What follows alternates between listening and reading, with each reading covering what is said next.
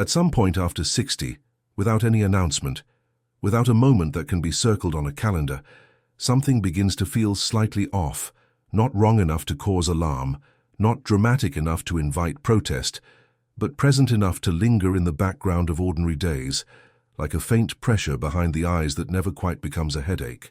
A quiet awareness that something once unquestioned has shifted position. It does not arrive through loss or illness or crisis. Life, on the surface, continues to function.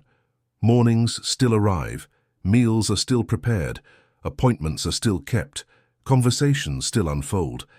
Yet beneath the continuity, there is a subtle recalibration happening, almost polite in its restraint, where decisions that once flowed naturally from within now arrive pre-shaped, gently offered, already edged with suggestion.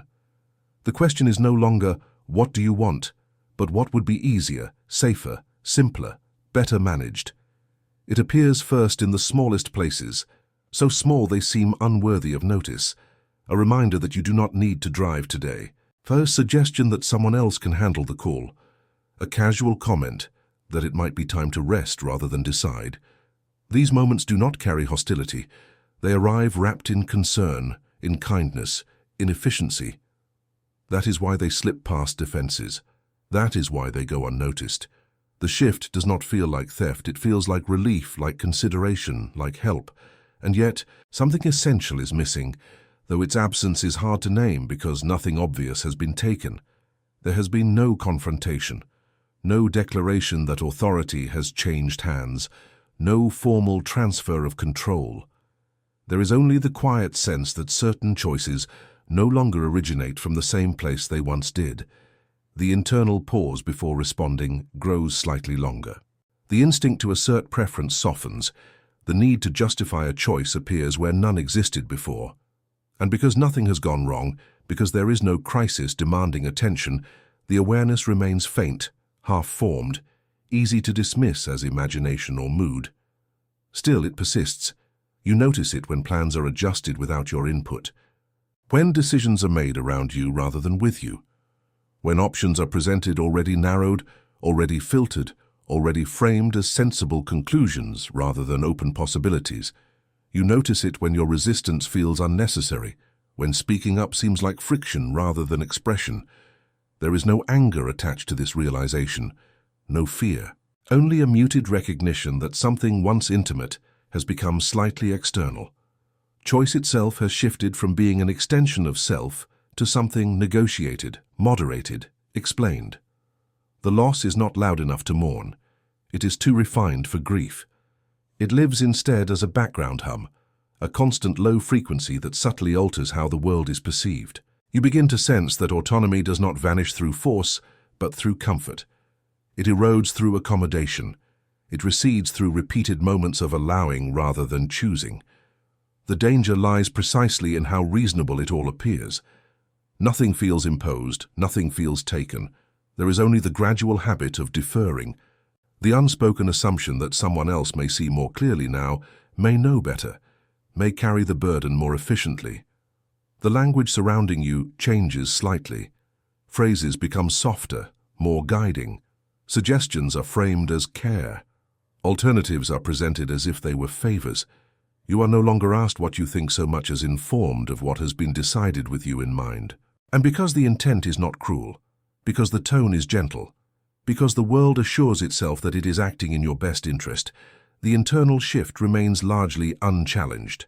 It is easier to go along, easier to accept, easier to believe that this is simply how things evolve, that aging naturally involves a narrowing of options, a delegation of authority, a gradual retreat from decision-making. And yet somewhere beneath the surface of that logic, a quieter truth stirs. The truth that what is being adjusted is not capacity, but permission. Not strength, but authorship. Not ability, but ownership. The realization does not arrive with clarity.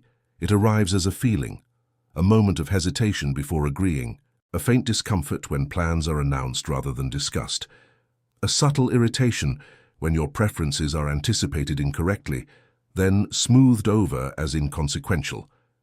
You tell yourself it does not matter. You tell yourself this is efficient. You tell yourself that fighting small things is unnecessary, and in isolation, each concession is harmless. Each moment of letting go seems trivial. But collectively, they form a pattern that slowly repositions you within your own life. The center of gravity shifts outward. Decisions that once anchored identity now orbit around it, influenced by voices that speak with certainty and reassurance. There is no singular moment where you can say it began. That is the most unsettling part. There is no clear before and after, only a gradual fading of something once assumed to be permanent. The ability to choose without explanation, the right to decide without defense, the quiet authority of knowing that your preferences required no validation. As that authority softens, you may notice a change in how you speak. Statements become suggestions. Certainty becomes openness. You preface decisions with qualifiers, anticipating resistance that may not even come. The internal narrative adjusts to accommodate external expectations. You begin to weigh convenience against desire more heavily than before. You begin to ask yourself whether asserting a preference is worth the effort, whether insisting on your way feels selfish, outdated, unnecessary. These questions do not feel imposed, they feel reasonable. That is why they are dangerous, because they disguise surrender as maturity, they frame diminishment as wisdom, they encourage retreat under the guise of grace. And so the awareness settles in quietly, not as panic, not as outrage, but as a subtle recognition that something deeply personal is being handled with gloves rather than hands, that your life, in small ways, is being gently rearranged to fit a narrative of decline that has not been spoken aloud. The realization does not demand action. It does not call for confrontation. It simply asks to be acknowledged, to be seen for what it is, a shift not in capacity, but in assumption, a recalibration not of strength but of expectation. The understanding that autonomy is not usually taken, it is gradually redefined until it no longer feels like yours to exercise. This awareness is uncomfortable precisely because it lacks drama. There is nothing to fight against, nothing to push back on, only the quiet noticing that something once internal has begun to drift outward, and that if it continues unchecked, it may one day feel natural to ask permission for things that once required none. The danger is not in losing big decisions. Those are visible. Those provoke response. The danger is in losing the small ones, the everyday choices that shape rhythm, identity, presence. The choice of when to go, how to do something, whether to participate, what to prioritize. These are the threads that quietly weave a sense of self. When they begin to fray, the fabric does not tear. It thins, and thinning is easy to ignore until warmth is gone. The recognition does not arrive as revelation, but as accumulation, the slow gathering of moments that begin to align into a pattern you can no longer dismiss as coincidence or mood. Once awareness has settled, however quietly, it sharpens perception. You start noticing how often help arrives before consent is given, how concern positions itself not beside you, but slightly in front of you, steering rather than accompanying.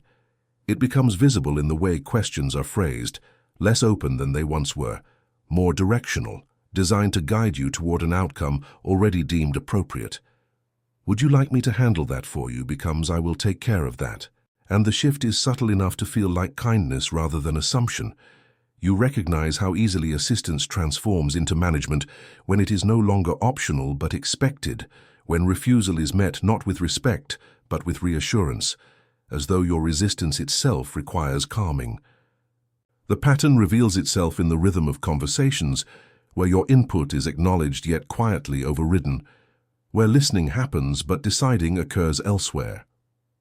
You notice how plans are made efficiently around you, how logistics are simplified by removing your need to choose, how your preferences are anticipated and adjusted before they are even voiced. There is a particular tone that accompanies this transition, a tone that suggests protection without vulnerability, care without curiosity. It does not ask what matters to you. It assumes what should matter now. Recognition deepens as you observe how language itself participates in the process. Words soften, explanations lengthen, encouragement replaces inquiry. You are told what will be easier, safer, less stressful, as if stress were the sole metric by which life should be measured. You are reminded of your age in indirect ways, through cautionary phrasing, through references to time and energy and limits that may not align with how you experience yourself internally. The narrative of decline does not need to be spoken explicitly. It is embedded in the structure of support offered. You begin to see how quickly concern becomes permission, how easily good intentions justify decisions made on your behalf. The recognition is unsettling, not because it reveals malice, but because it exposes how smoothly autonomy can be negotiated away under the banner of care. You realize that no one intends to diminish you. That is what makes the pattern so difficult to challenge. It feels ungrateful to resist help. It feels unreasonable to insist on choice when others are willing to carry the burden. Yet beneath that logic, something fundamental is being redefined. The assumption shifts from you as an active agent to you as a recipient of arrangements. You notice how often your preferences are framed as variables to be managed rather than truths to be honored. When you express a desire, it is weighed against convenience, safety, or efficiency, and often gently redirected. The recognition sharpens further when you see how rarely anyone asks what you want without attaching a reason. Choices now require justification. Why that restaurant? Why that time? Why that route? Why that decision? The need to explain emerges quietly, and with it, the sense that your authority over your own life is no longer assumed.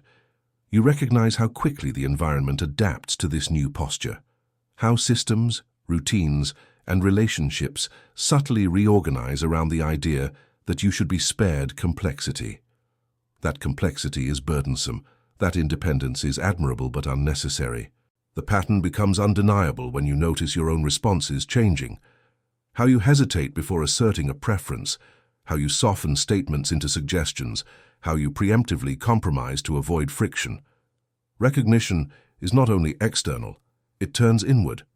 You see how repeated exposure to guided choices trains compliance, how gratitude replaces agency, how relief becomes a substitute for dignity. The pattern is reinforced by social expectations that celebrate acceptance as wisdom. You are praised for being easygoing, adaptable, agreeable. Resistance is framed as stubbornness. Preference is interpreted as inflexibility. You recognize how quickly these labels discourage assertion, how easily they silence the quiet insistence that your life is still yours to navigate. The recognition extends to family dynamics, where roles have subtly shifted, where advice becomes instruction, where concern carries an edge of authority, where your experience is acknowledged yet discounted in favor of contemporary expertise or perceived practicality. You notice how often decisions are justified by referencing your well-being rather than your will, as though the two were interchangeable, as though protecting you requires repositioning you. The pattern is visible in institutions as well, in systems designed to streamline rather than consult, to categorize rather than understand. You recognize how age becomes a proxy for limitation, how policies and procedures assume diminished capacity long before it exists. And because these systems are impersonal, resistance feels futile. You adapt, you comply, you accept the narrowing of options as inevitable. Recognition deepens as you understand that what is being lost is not choice in dramatic moments but authorship in daily life. The small decisions that once reaffirmed presence now arrive pre-packaged. You are invited to agree rather than decide, to confirm rather than initiate.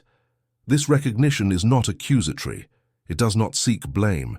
It simply observes the mechanics of how autonomy erodes through repetition, through the normalization of assistance, through the quiet expectation that you will step aside for efficiency. You recognize how often help arrives with an unspoken script that casts you as someone to be managed gently rather than engaged fully. The pattern is reinforced by your own desire to be considerate, to avoid being seen as difficult. You recognize how social harmony becomes a lever through which autonomy is quietly adjusted. You begin to see that the danger lies not in any single act of help, but in the cumulative effect of many. Each instance alone is benign. Together, they form a framework that subtly relocates control. Recognition brings a certain clarity that is both calm and disquieting. Calm because it explains the unease you could not previously articulate. Disquieting because it reveals how easily this process can continue without resistance. You recognize that autonomy is not removed by force, but by invitation, that it is surrendered incrementally through moments where saying no feels unnecessary or unkind. The recognition does not demand immediate change. It does not call for confrontation. It simply asks you to see the pattern for what it is. To understand that when concern consistently precedes consent, when help consistently replaces choice, when decisions are consistently framed as favors rather than rights, autonomy is being reshaped. And once reshaped, it becomes harder to reclaim, not because it is gone, but because its absence has been normalized. Recognition settles into a quiet knowing that this process will continue unless noticed, that the world will keep meaning well, that intentions will remain gentle, that language will stay soft, and that unless you hold awareness firmly, the pattern will complete itself not through conflict but through comfort. The loss does not announce itself with grief, because it does not feel like something has been taken away so much as something has been reassigned. It arrives as a gradual repositioning, where you notice that the world now speaks to you from a slightly different angle, not quite down to you, but no longer fully across from you either. There is a subtle change in posture around you, a shift in how others stand, how they phrase things, how they wait or do not wait for your response. You feel it in the way conversations move past you rather than through you, in the way decisions are explained after they have already settled into place. The loss carries weight not because of what has been removed, but because of how quietly it has been reframed. You are still present, you are still included, but you are included differently. The tone is softer, slower, more deliberate, as if fragility has been assumed where none was expressed. Being spoken to differently is not an insult. It is a reclassification. You notice it when your opinions are acknowledged with a nod rather than engagement, when your experiences are referenced as background rather than guidance. You notice it when your certainty is met with reassurance instead of respect, when confidence is gently smoothed over as though it might be misplaced. The loss settles in when you realize that you are no longer being consulted as a source of direction, but managed as a variable. Your presence is factored in, not relied upon. Your preferences are accommodated, not prioritized. The emotional weight of this shift is difficult to articulate because it does not come with anger. It comes with a muted sadness that feels inappropriate to express because nothing explicitly wrong has occurred. There is no offense to name, no injustice to point to, only the quiet recognition that your role has been adjusted without your consent. Being managed instead of consulted alters the internal landscape in subtle ways. It changes how you listen. It changes how you speak. You begin to anticipate outcomes rather than influence them. You begin to sense when your input will be ornamental rather than decisive, and that awareness discourages you from offering it fully. The loss deepens when you notice how often others speak on your behalf, interpreting your needs, explaining your limitations, framing your choices. Even when they are accurate, the act itself carries weight. It positions you as someone whose interior life is accessible from the outside, as someone whose motivations can be summarized without inquiry. This repositioning is not aggressive. It is efficient. That is what makes it heavy. Efficiency leaves little room for dignity when dignity requires time, listening, uncertainty. You feel the loss in moments where silence is assumed to be agreement, where your pause is taken as permission. You feel it when decisions are justified by referencing your comfort rather than your will. Comfort becomes the currency through which your life is negotiated, and while comfort has value, it is not the same as choice. The emotional weight accumulates in ordinary interactions, in the way your schedule is adjusted for you, in the way your environment is optimized around you, in the way others anticipate fatigue, disinterest, limitation. Each anticipation may be well-intentioned, but together they form a narrative in which you are increasingly passive. You begin to feel as though your life is being curated rather than lived. Being spoken to differently alters your sense of presence. You notice that explanations are longer now, that details are repeated, that options are narrowed before being presented. There is an assumption that clarity must be provided, that complexity should be avoided. And while clarity is not inherently diminishing, the absence of challenge is. You are no longer expected to wrestle with decisions. You are expected to receive them. The loss is felt most acutely when you realize that others now feel comfortable deciding what is not worth your energy. Activities are filtered, topics are redirected, opportunities are assessed on your behalf. You are spared inconvenience, but in being spared you are also sidelined. The emotional weight is not dramatic. It is a quiet heaviness that sits in the chest during moments when you realize you were not asked. Not because you would have said no, but because you would have wanted the dignity of choosing. Being managed creates a subtle internal conflict. Gratitude collides with resentment. Appreciation tangles with a sense of diminishment. You are thankful for care, yet unsettled by its implications. This conflict is difficult to resolve because expressing discomfort risks appearing ungrateful. You learn to swallow the feeling, to tell yourself it does not matter, to focus on harmony rather than authorship. Over time, this self-silencing becomes habitual. The loss then compounds internally. You begin to doubt whether your insistence on choice is reasonable. You question whether asserting preference is worth the emotional cost. You begin to see yourself through the lens others have applied, adjusting expectations accordingly. The emotional weight is also carried in memory. You remember a time when your decisions were assumed to be yours to make, when no explanation was required, when your authority over your own life was implicit. Comparing that past to the present does not bring nostalgia. It brings disorientation. Because you are still the same person internally, yet the world now interacts with you as though something fundamental has changed. The loss is not of ability but of recognition, of being seen as a full agent rather than a protected one. Being repositioned alters how you occupy space. You may notice yourself shrinking slightly in conversations, offering fewer opinions, deferring more readily. Not because you have less to say, but because the environment no longer invites it. This withdrawal is subtle. It feels like politeness. It feels like adaptation. But emotionally it registers as erosion. The sense of self becomes less anchored in action and more in observation. You watch your life unfold rather than shape it. The loss also manifests in how time is treated. Your time is assumed to be flexible, available, adjustable. Plans are made with the expectation that you will accommodate. Your schedule is seen as less fixed, less consequential. This assumption carries an emotional toll because it signals that your priorities are secondary.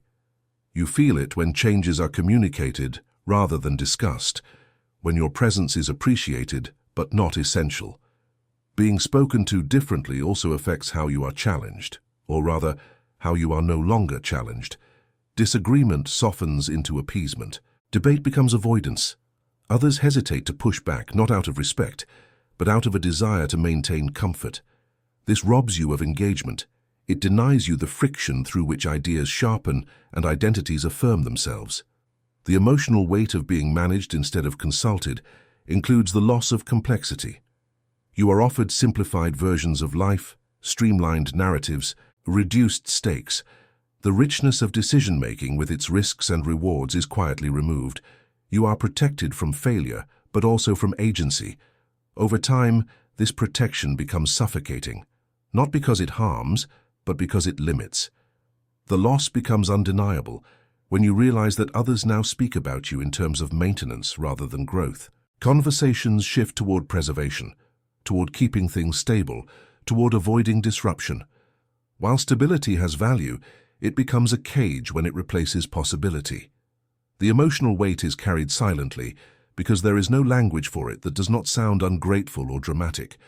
You learn to hold it privately, to acknowledge it internally, to feel the quiet sadness of being repositioned in a life that is still yours, yet no longer fully authored by you. This loss does not break you. It does not overwhelm. It simply settles.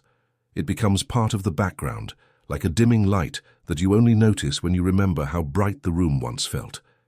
Clarity does not arrive as resistance or resolve, but as a settling, a quiet alignment inside where confusion once hovered. It emerges not from pushing back against what has been lost, but from seeing with precision what was never truly external to begin with. The understanding forms slowly, almost imperceptibly, That autonomy does not reside in logistics, permissions, or the visible mechanics of decision-making. Those were always surface expressions. Useful, yes. Meaningful, yes, but not foundational. What cannot be taken unless surrendered lives deeper, beneath the reach of schedules and plans and well-meaning interventions. Clarity reveals that while roles can be reassigned and language can be softened and choices can be narrowed, authorship itself remains intact unless it is handed over internally. This realization does not come with relief. It comes with sobriety. Because it removes the comfort of blame, it exposes the quiet truth that autonomy is not only something others diminish, but something one can gradually stop inhabiting. The clarity sharpens when you notice that the most consequential shift was not when others began deciding more often, but when you began allowing those decisions to feel appropriate. When you stopped marking the boundary internally, when you accepted the narrative that ease was preferable to authorship. This is not a condemnation. It is an observation, a recognition that internal posture precedes external authority. You see that dignity does not disappear when someone else speaks for you, but when you stop recognizing that they are doing so. When you begin to internalize their assumptions, when you allow convenience to replace conviction. Clarity brings with it a different kind of awareness, one that is not reactive. It does not demand that you reclaim every choice or correct every assumption. It simply illuminates where the true exchange occurred, not in the world but within. You begin to understand that autonomy is not primarily about insisting on outcomes, but about maintaining authorship over meaning, about knowing, quietly and firmly, that your inner stance remains yours regardless of how circumstances are arranged. This understanding reframes the entire experience of aging. It removes the illusion that dignity is granted externally. It clarifies that dignity is maintained internally through the continued ownership of perspective, intention, and consent. You see that even when options are limited, interpretation remains free. Even when roles are adjusted, identity is not. Even when routines are imposed, meaning can still be chosen. This clarity is not empowering in the way slogans suggest. It is steady, grounded, almost austere. It does not promise restoration of what was lost. It offers something more precise. The understanding that while the world may rearrange itself around you, it cannot define your inner authority unless you allow it to. You begin to notice moments where you can quietly reassert authorship without announcement, not by resisting help, but by deciding how you receive it, not by rejecting care, but by maintaining awareness of your consent. You see that autonomy can exist even within constraint, provided the internal acknowledgement remains intact. This does not mean retreating into stubbornness or isolation. It means remaining present as a conscious participant rather than a managed object. Clarity reveals that control was never about dominance or independence from others. It was about coherence between inner will and outer action. When that coherence weakens, autonomy feels lost. When it is restored internally, even partially, dignity returns. You realize that being consulted is not the same as being authoritative, that true authority does not require permission to exist. It requires recognition, first from yourself. This recognition alters how you experience interactions. You may still accept guidance, you may still allow others to take the lead, but the internal posture changes. You are no longer drifting. You are choosing to yield rather than being carried. That distinction matters more than it first appears. Clarity also exposes how easily one can confuse silence with absence. You see that quiet does not mean disengaged, that restraint does not mean diminished, that choosing not to assert is still a choice, provided it is conscious. The danger was never in stepping back. It was in forgetting that you had done so. Clarity restores memory, not of the past but of agency. You remember that your internal compass still functions, that you can still sense when something aligns or does not, that you can still recognize when a decision feels right or imposed, even if you choose not to contest it. This awareness becomes a form of autonomy in itself. It anchors you, it prevents erosion. You understand now that what cannot be taken unless surrendered internally is the ability to name your own experience, to decide what matters, to interpret events through your own lens rather than adopting the narratives provided for you. This clarity does not require confrontation. It does not demand explanation. It operates quietly, like a recalibration beneath the surface. You may still live within structures that assume limitation. You may still encounter language that frames you as someone to be managed, but the internal response changes. You no longer absorb these assumptions as truth. You recognize them as perspectives. You choose how much weight they carry. This choice is subtle. It does not announce itself, but it restores a sense of alignment that had been thinning. You feel less like an observer of your life and more like a quiet steward of it. Clarity also brings with it an acceptance of reality without resignation. You see the world as it is. You acknowledge the patterns. You do not deny the shifts, but you also do not internalize them as definitions. Aging becomes a context, not a verdict. Constraint becomes a condition, not an identity. You begin to understand that autonomy after 60 is less about expanding options and more about refining ownership, about choosing deliberately where you yield and where you hold, about recognizing that even in limitation there is authorship in response. This understanding deepens your sense of dignity because it no longer depends on external validation. You do not need to be asked to feel authoritative. You do not need to be consulted to remain whole. You simply need to remain internally present. Clarity teaches that the most significant decisions are often invisible. The decision to remain conscious, the decision to notice, the decision to not let ease erode intention. These decisions do not attract attention. They do not provoke resistance, but they preserve something essential. You begin to move through the world with a quieter confidence, not the confidence of control, but of coherence. You know who you are, even as others adjust who they think you should be. This knowledge does not isolate you. It stabilizes you. It allows you to engage without losing yourself, to accept care without surrendering authorship, to live within the structures of age without becoming defined by them. Clarity does not restore what was lost externally. It reveals that what mattered most was never fully external to begin with. And in that realization, something steadies, something aligns, something that cannot be rearranged by schedules or softened by language or managed by good intentions. Something that remains yours as long as you continue to recognize it as such. Quiet autonomy does not announce itself. It does not arrive as a turning point or a declaration or a visible shift that others can observe and comment on. It settles inwardly, almost invisibly, like a change in balance that only you can feel. There is no confrontation required, no correction to issue, no need to reclaim territory that was never meant to be defended outwardly. The new posture forms beneath behavior, beneath speech, beneath routine. It is not reactive, it is not performative, it is simply a return to ownership that does not ask permission to exist.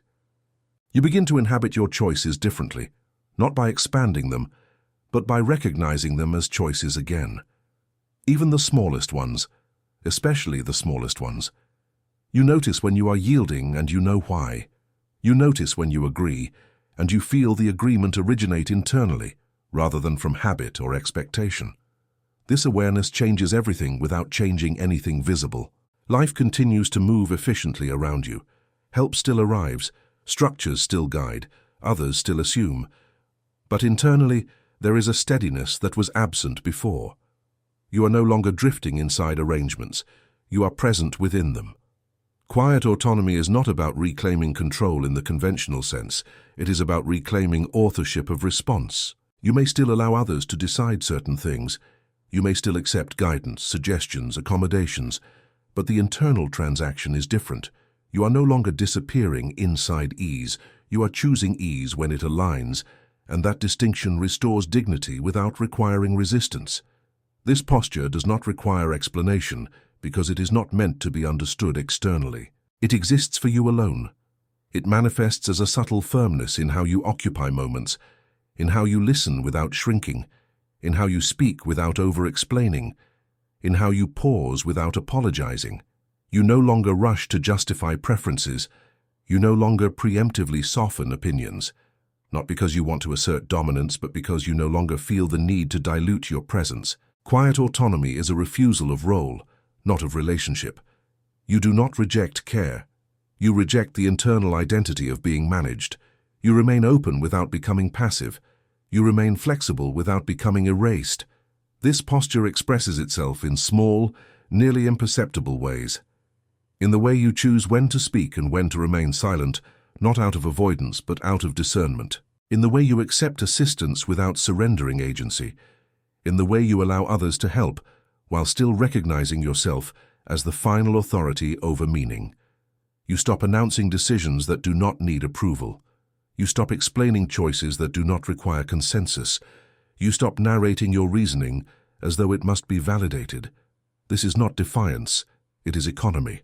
You conserve your energy by no longer negotiating your right to exist as a decision-maker. Quiet autonomy also alters how you perceive others. You stop seeing them as adversaries or overseers. You recognize that most are acting within scripts they have absorbed unconsciously. You do not need to correct them. You simply no longer internalize their assumptions. This creates space. You feel less reactive, less defensive, less inclined to prove anything. The internal posture is calm because it is settled. You are no longer measuring yourself against expectations of decline or accommodation. You are living from within your own sense of coherence. This coherence becomes the anchor. It does not depend on how often you are asked. It does not depend on how much responsibility you are given. It depends only on your continued awareness that your inner stance remains intact. Quiet autonomy allows you to move through a world that increasingly prefers efficiency over consultation without losing yourself to that preference. You understand that you do not need to fight the current to remain whole. You need only to remember where you stand within it. This remembering becomes habitual. It informs how you enter rooms, how you engage in discussions, how you receive information. You listen fully, but you do not absorb narratives that do not belong to you. You consider advice, but you do not surrender authorship. You allow adjustments, but you do not internalize diminishment. Quiet autonomy also changes how you experience aging itself. It no longer feels like a process of subtraction. It feels like refinement, not of capacity, but of allegiance. You are no longer trying to be everything. You are no longer trying to maintain relevance through assertion. You are simply being present as yourself, without dilution. This presence carries weight precisely because it is not announced. Others may not notice it consciously, but they respond to it. There is a difference between someone who has stepped back unconsciously and someone who has stepped back deliberately. The latter carries a quiet authority that does not demand recognition. It simply exists. Quiet autonomy does not isolate you. It actually deepens connection because it removes the tension of negotiation. You are no longer seeking permission to be yourself, and that allows interactions to be cleaner, more honest, less charged.